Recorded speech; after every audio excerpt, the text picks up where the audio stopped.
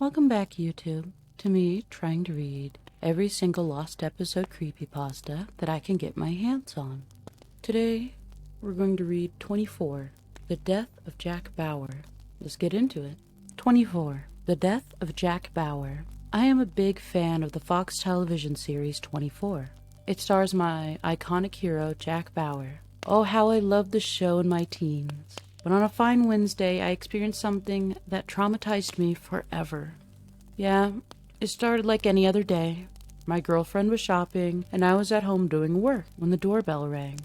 It was the postman, and I came to get my package, but the postman acted a little odd. I said what was the matter, and he handed me my delivery, which were a stapler, some paper, and what seemed like a DVD. And said about it, "It's a lost episode of the hit TV series 24. Once you watch it, destroy the disc or it'll be in your head for the rest of your life."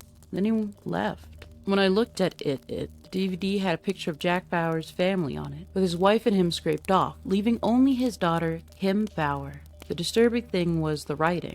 It was written in blood, spelling 24. The death of Jack Bauer. Later on, my girlfriend came home, I welcomed her back, and told her we could watch some 24. She was happy because she loved 24 as well. So we got some popcorn and Coca-Cola, and we sat down to watch the mysterious DVD. At first it had static. It was a little loud, and my girlfriend told me to turn it down. Then the episode started. However, something was wrong. The intro didn't display 24, but instead 666. I was shocked, so was my girlfriend. There was no previously on 24 sequence. It just opened to a scene of Jack at CTU HQ, but he was alone. No one was in the building. No Cleo O'Brien, no Tony Almeida, no one. Jack takes out a revolver and walks out of his office. The scene switched to him sitting in the Simpsons' living room.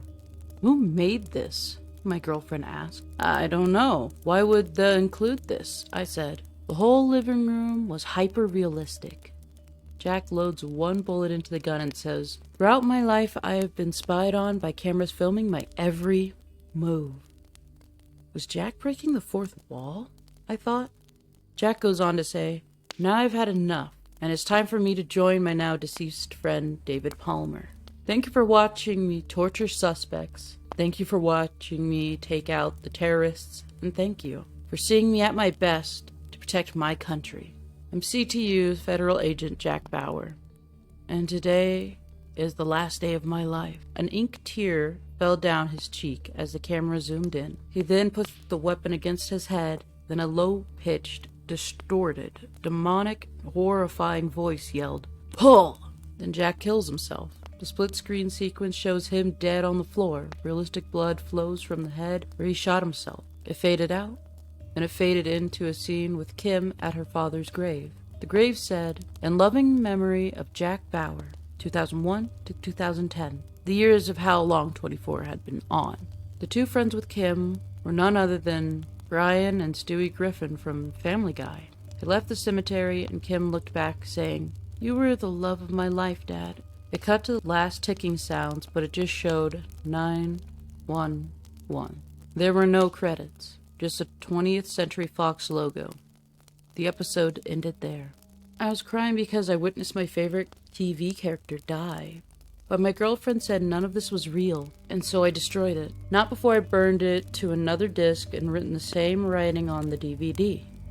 I went to the post office and told one of the employees to send it to Kiefer Sutherland, the man who played Jack Bauer. Immediately, I had depressing nightmares that had morbid images of the cast of 24, ending with Bauer's echoing voice saying, "You could have saved me." The next morning, I got an email from Kiefer himself. I was in tears. Maybe he might have seen the episode. It said, "Who gave you the episode? Why would my character commit suicide? How are elements of The Simpsons and Family Guy in there? If you try and remember who the person's name was and call the police, this mentally unstable man must be put away." Well, eventually, the postman, I now identified as Harry Bullock, has been sent to a mental hospital outside of the town I live in. He claimed the episode was made by a former producer of the show because he was schizophrenic. The producer hired strangers who looked like Bauer and Kim to take part. The gun was a prop. He used SFX, and it meant that he killed them after filming finished. After finding and watching the episode, Harry said that he was driven mad by the episode and said he didn't harm anyone in his madness. But he kept the DVD in the post office until his next day job, and he delivered it to me. I guess everything's fine now, but I'll never forget the dramatic, upsetting lost episode. The burned copy of the DVD has been locked in the vault of 20th Century Fox. So remember, if you or your loved ones get a DVD from the postman, look at the cover before you know it. What? Why does it feel like I had a stroke? Also, you can't just go into the post office, slap something down, and demand it to be sent to someone. Like, it's not their job to find the address of an individual, you know? Like, listen, bud, you gotta give us the address. We don't know these things, and they're sure as hell not going to just send it to a celebrity. So, believability out the window. If you had just sent it to fucking Fox, that would be almost more believable.